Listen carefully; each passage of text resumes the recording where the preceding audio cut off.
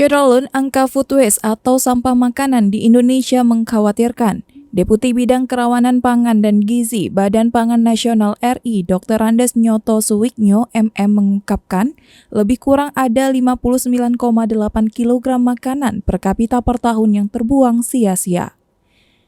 Dengan rincian 59,8 kg per kapita tersebut, 28 kg bersumber dari rumah tangga dan 31,8 kg lainnya dari non-rumah tangga.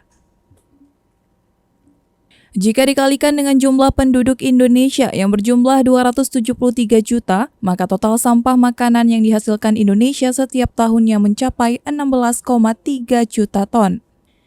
Diketahui dari angka sampah makanan 59,8 kg per kapita di atas 2,7 kg-nya.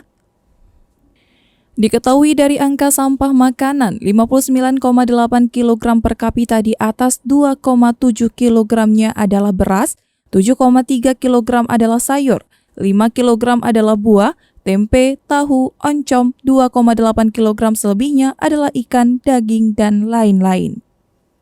Guru Besar UGM dari Fakultas Geografi, Profesor Dr. M. Baikuni MA mengajak masyarakat untuk peduli dengan ancaman krisis pangan di masa depan.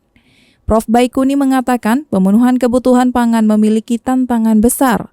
Perubahan iklim yang pasti terjadi dalam upaya memproduksi pangan. Perubahan iklim ini dapat menurunkan kemampuan alam untuk memproduksi pangan. Namun akan selalu ada harapan dengan inovasi teknologi dan perencanaan pembangunan berstrategi.